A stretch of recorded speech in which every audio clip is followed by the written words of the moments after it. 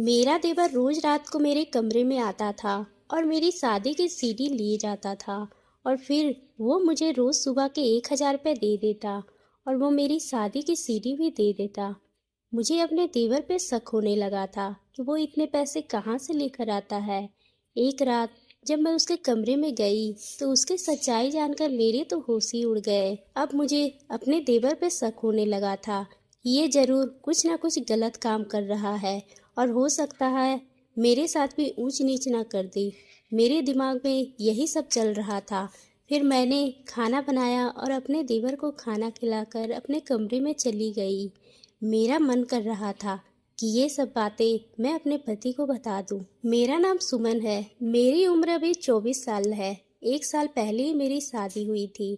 मेरे ससुराल में हम 3 ही लोग रहते हैं, मैं, मेरे पति और देवर और मेरी सास।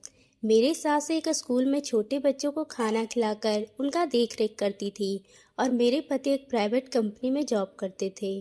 घर में केवल मैं और मेरे देवर ही रह जाते थे। मेरा देवर कुछ मजाकिया किस्म का लड़का था। वो हमेशा ही मुझे मजाक किया करता था और उसका मजाक मुझे भी अच्छा लगता था। उसकी उम्र 22 साल थी। वो दिखने में भी ठीक ठाक ही था। फिर इसी तरह से दिन बीतने लगा। मैं और मेरा देवर हमेशा ही साथ में रहा करते थे। एक बार की बात है जब मेरे पति को एक जरूरी काम की वजह से 8 दिनों के लिए शहर से बाहर जाना था।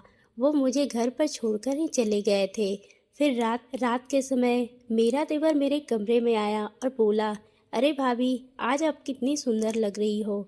मैंने बोला, अरे तुम क्या मजाक कर रहे हो, बताओ क्या काम है। वह बोला, भाभी मुझे आपकी शादी की सीडी चाहिए थी, मुझे आज देखना है। तो इस पर मैंने उसे शादी की सीडी दे दी। इतने में बोला, मेरी प्यारी भाभी आप कितनी अच्छी हो। वो सीडी लेकर वहाँ से चला गया और मैं सो गई थी। फिर सुबह होते ही उसने मुझे शादी की सीडी दी और 1,000 रुपये भी दिया और बोला, ये लो भाभी आपकी शादी की सीडी। देखकर मजा आ गया। फिर मैंने उसे पूछा, ये तुम पैसे क्यों दे रहे हो। उसने बोला, ये आपका इनाम है। और इतना बोलकर वो वहाँ से चला गया था। इधर मैं सोचने में ही लगी थी कि कैसा इनाम दे रहा था। फिर मैं अपना काम करने लगी थी। वो घर से बाहर चला गया। इस तरह पूरा दिन बीत गया था।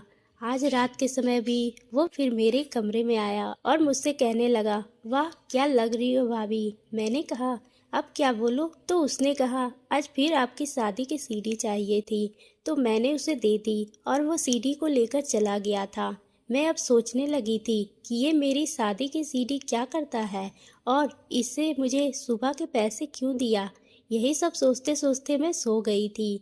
आज फिर जब मैं सुबह उठी तो मेरे कमरे में आया और मुझे गले से लगाते हुए बोला, ये लो भाभी सीडी, ये कुछ पैसे। आज फिर उसने मुझे 1,000 रुपये दिए थे। मैंने फिर उससे पूछने की कोशिश की थी इतने पैसे वो कहाँ से लाता है, लेकिन इससे पहले कि वो बाहर चला गया था, अब मुझे अपने देवर पे शक होने लगा था कि जरूर ये कुछ ना कुछ गलत कर रहा है और हो सकता था मेरे साथ भी कुछ ऊंच नीच ना करे। मेरे दिमाग में यही सब चल रहा था, लेकिन वो घर से बाहर थे तो ये सब बताना भी ठीक नहीं है, इसलिए मैंने कुछ नहीं कहा। फिर इसी तरह से दिन बीतने लगा था। कई दिन बीत गए थे और मेरा देवर रोज कमरे में आता और मुझसे मीठी मीठी बातें करके मेरी शादी की सीडी लेकर जाता था और सुबह सीडी के साथ साथ मुझे कुछ पैसे भी दे देता था। जब मुझे उसका इरादा ठीक नहीं लगा तो मैंने सच्चाई जानने की कोशिश की और मैंने एक प्लान बनाया। रोज की तरह आज रात को भी हम सबने खाना खाया था और मेरी सास अपने कमरे में चली गई थी और मेरा देवर और मैं अपने अपने कमरे में चले गए थे। रोज की तरह आज भी मेरा देवर मेरे कमरे में आया और मुझसे सीडी लेकर अपने कमरे में चला गया था। लेकिन आज मुझे सब कुछ जानना था तो मैं सोई नहीं थी और रात होने का इंतजार करने लगी थी। फिर जब आधी रात को मैं अपने देवर के कमरे में गई तो मैं उसे देखकर दंग रह गई थी। मेरा देवर मेरी शादी की सीडी को कंप्यूटर में खोला हुआ था और मेरी शादी के वीडियो क्लिप में एडिट कर रहा था। मुझे गुस्सा आया, ये ऐसा क्यों कर रहा है। तो मैंने उसके पास चली गई और वो मुझे देखकर बोला, अरे भाभी आप। मैं बोली, क्या मुझे नहीं आना चाहिए था, बताओ तुम मेरी शादी की वीडियो ये सब क्या कर रहे हो?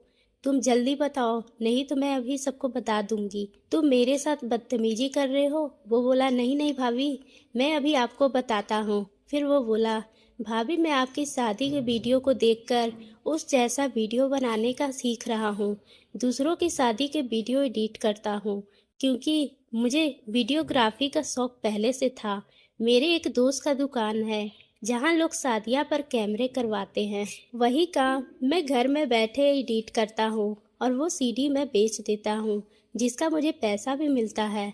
भाभी मैंने आपको भैया को एक रात बात करते सुना था कि भैया की नौकरी चली गई है। तब से मैं ये काम कर रहा हूँ और मैं कोई गलत काम नहीं कर रहा हूँ। फिर मैं बोली, मुझे माफ़ कर दो, मैंने तुम्हारे बारे में गलत सोच लिया था, लेकिन ये सब बात तुम पहले भी तो मुझसे बता सकते थे ना। और फिर मैंने मेरे देवर के सर पे हाथ रखा। मेरा देवर बोला, भाभी मैं आप लोगों को ये नहीं बताना चाहता था मैं पैसे कहाँ से लाता हूँ। इस प्रकार मेरा देवर रोज ही पैसा कमाने लगे थे। फिर कुछ दिनों के बाद मेरे पति की नौकरी भी लग गई थी, तो हमारा परिवार फिर से अच्छे से चलने लगा था। तो दोस्तों, आपको ये कहानी कैसी लगी? अगर पसंद आई हो तो आप मेरे चैनल को सब्सक्राइब करना ना भूलें और बेल आइकन को भी प्रेस कर लें, ताकि हम आपके लिए इसी तरह की अच्छी कहानी लाते रहें।